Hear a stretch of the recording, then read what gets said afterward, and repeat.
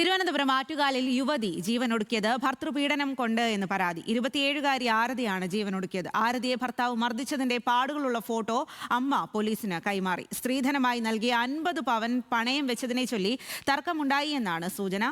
സംഭവസ്ഥലത്ത് ഇപ്പോൾ ദേവൻ MP ഉണ്ട്. വിശദാംശങ്ങളുമായി ദേവനിലേക്കാണ്. ദേവൻ, എന്തായാലും വീണ്ടും ഇത്തരത്തിൽ ഭർതൃപീഡനം മൂലം ഒരു യുവതിയുടെ ജീവൻ നഷ്ടമായി എന്നതിന് കൂടുതൽ തെളിവുകൾ പുറത്തേക്ക് വരികയാണ്. എന്താണ് ഇപ്പോൾ ആരതിയുടെ കുടുംബം ഇക്കാര്യത്തിൽ പറയുന്നത്?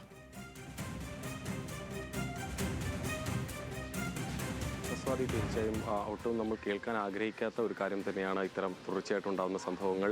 ബന്ധുക്കൾ ആരോപിക്കുന്ന പോലെ തന്നെ ഭർത്താവിൻ്റെ ഭാഗത്തു നിന്നുമുണ്ടായ പീഡനം തന്നെയാണ് ആരതിയുടെ ജീവൻ നഷ്ടപ്പെടാൻ കാരണമെന്നാണ് ബന്ധുക്കൾ പറയുന്നത്. പ്രത്യേകിച്ചും കല്യാണം കഴിഞ്ഞപ്പോൾ ഏകദേശം 1.5 വർഷമാകുന്നു. ഈ 1.5 വർഷത്തിനിടയിൽ പലപ്പോഴും ഇത്തരത്തിൽ ആരതിയും ഒപ്പം തന്നെ ഭർത്താവ് അതുലും തമ്മിൽ പല രീതിയിലുള്ള സംഘർഷങ്ങൾ ഉണ്ടായിട്ടുണ്ടെങ്കിൽ ചില പ്രശ്നങ്ങൾ ഉണ്ടായിട്ടുണ്ട്. പ്രധാനമായും ഈ സാമ്പത്തികമായിട്ടുള്ള, അതായത് കല്യാണം കഴിക്കുന്ന സമയത്ത് ഏകദേശം 50 പവനോളം സ്ത്രീധനം നൽകിയാണ് ആരതിയുടെ വിവാഹം നടത്തിയിട്ടുണ്ടായിരുന്നത്. അതിനുശേഷം പലപ്പോഴും അതിൽ ഈ പണം അല്ലെങ്കിൽ ഈ സ്വർണം ഉപയോഗിച്ചുകൊണ്ട് തന്നെ പല ബിസിനസ്സുകളും ഒപ്പം തന്നെ മറ്റു കാര്യങ്ങൾക്കും എല്ലാം തന്നെ വിനിയോഗിക്കുന്നുണ്ടായിരുന്നു. പക്ഷേ അപ്പോഴെല്ലാം തന്നെ ആരതി ഇതെല്ലാം തന്നെ അതിനെ കൃത്യസമയത്ത് അതിനുള്ള എതിർപ്പും കാര്യങ്ങളും എല്ലാം തന്നെ പറയുന്നുണ്ടായിരുന്നു. പക്ഷേ ഈ ആരതിയുടെ സ്വദേശം തിരുവനന്തപുരം തന്നെയുള്ള വർക്കലയാണ്. വർക്കലയിൽ നിന്നും ഇവർ ജോലിയുടെ ആവശ്യങ്ങൾക്കായിട്ടാണ് തിരുവനന്തപുരം ആറ്റുകാലുള്ള ഒരു വാടക വീട്ടിലേക്ക് താമസം മാറുന്നത്. പിന്നീട് ഇരുവരും ഇവിടെ ഒരുമിച്ചായിരുന്നു താമസിച്ചിട്ടുണ്ടായിരുന്നത്.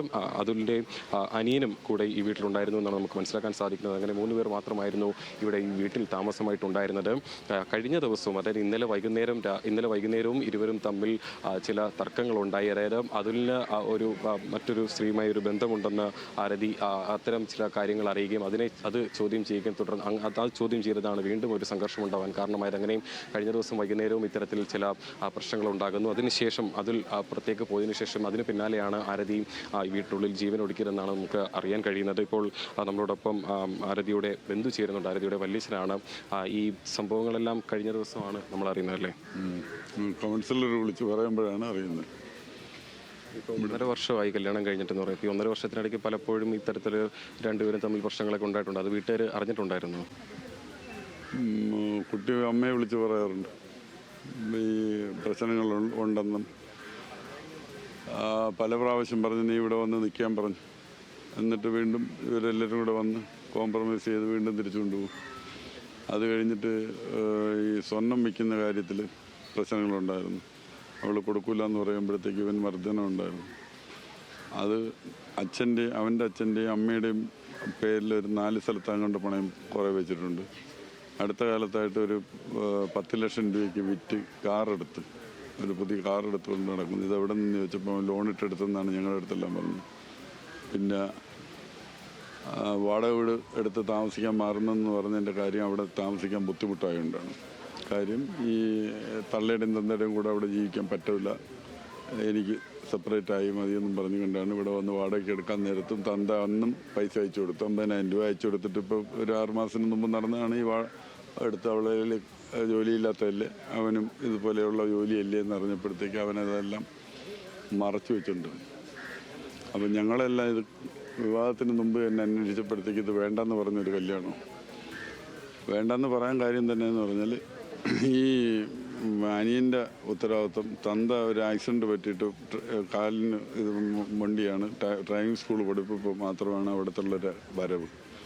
അപ്പോൾ ഇവൻ്റെ വരവും കൊണ്ട് ആ വീട് പോവില്ല, അനിയൻ്റെ പഠിത്ത ചെലവും. ഇതെല്ലാം കൂടെ വന്നപ്പോഴത്തേക്ക് ഈ സ്വർണ്ണത്തിന് ആവശ്യപ്പെടുകയും വിൽക്കാൻ ഇവിടെ പ്രേരിപ്പിക്കുകയും ചെയ്യുമ്പോൾ തൊട്ട് പ്രശ്നങ്ങളായി. 3 മാസം കഴിഞ്ഞപ്പോൾ തൊട്ട് ഇഷ്യൂകൾ വരുമ്പോഴത്തേക്ക് ഇതെല്ലാം ഒളിച്ച് കൊണ്ടു നടന്നു. ഒരു കാര്യവും അവളെ സുഹൃത്തുക്കളെടുത്തു. അടുത്ത ഏതോ 1-2 സുഹൃത്തുക്കളുണ്ട്, അവരുടെ അടുത്തെല്ലാം ഇത് ചെയ്തെന്നും പറഞ്ഞ് ഇന്നലെ ഇവളെ കൂട്ടുകാരിയുടെ അമ്മ വിളിച്ചപ്പോഴാണ് ഞാൻ ചില കാര്യങ്ങളൊക്കെ അറിയുന്നത്. ആതിര പലപ്പോഴും ഇവൻ്റെ സ്വഭാവത്തെപ്പറ്റി പറയാറുണ്ടായിരുന്നു. അവൾ വിചാരിച്ച കണക്കുള്ളൊരു ഹസ്ബൻഡല്ല. ഇവൻ്റെ രീതികൾക്കൊക്കെ മാറ്റം വന്നു തുടങ്ങി. ഇവൻ ആദ്യം ഒരു അഫെയർ ഉണ്ടായിരുന്നു. അവൾ വേണ്ടെന്ന് പറഞ്ഞപ്പോഴത്തേക്ക് അത് വിട്ടിട്ട് വേറൊരു കുട്ടിയെ നിശ്ചയം കഴിച്ചപ്പോഴത്തേക്ക് ആ നിശ്ചയം തെറ്റിപ്പോയി. അവർക്ക് വേണ്ടെന്ന് നിശ്ചയം തെറ്റിയെന്ന് പറഞ്ഞ് ഇവന് അത് വേണ്ടെന്ന് പറഞ്ഞെന്നാണ് അറിയുന്നത്. ആ കുട്ടി എന്ത് ചെയ്ത് ആത്മഹത്യ ചെയ്തതാണ്. ഇതേ കണക്ക് സൂയിസൈഡ് ചെയ്യുകയാണ് ചെയ്തത്. അതിനുശേഷമാണ് ഈ ബന്ധം നമ്മളവിടെ വന്ന് വരുന്നത്. ഇപ്പം അടുത്ത 1 മാസത്തിനാകുമ്പച്ച് ഇവൻ ഒരു പെണ്ണുമായിട്ട് പോകുന്നത് ഇവള് കണ്ടു. അവളെ കൂടെ ഇരിക്കുന്നതും അവിടെ കൂടെ ജോലി ചെയ്യുന്നതാണെന്ന് ചോദിച്ചപ്പോൾ അല്ലെന്ന് പറയുന്നു. നിൻ്റെയൊന്നും സുന്ദരിയായ പെണ്ണിനാണ് എനിക്ക് ഇനിയും കിട്ടും.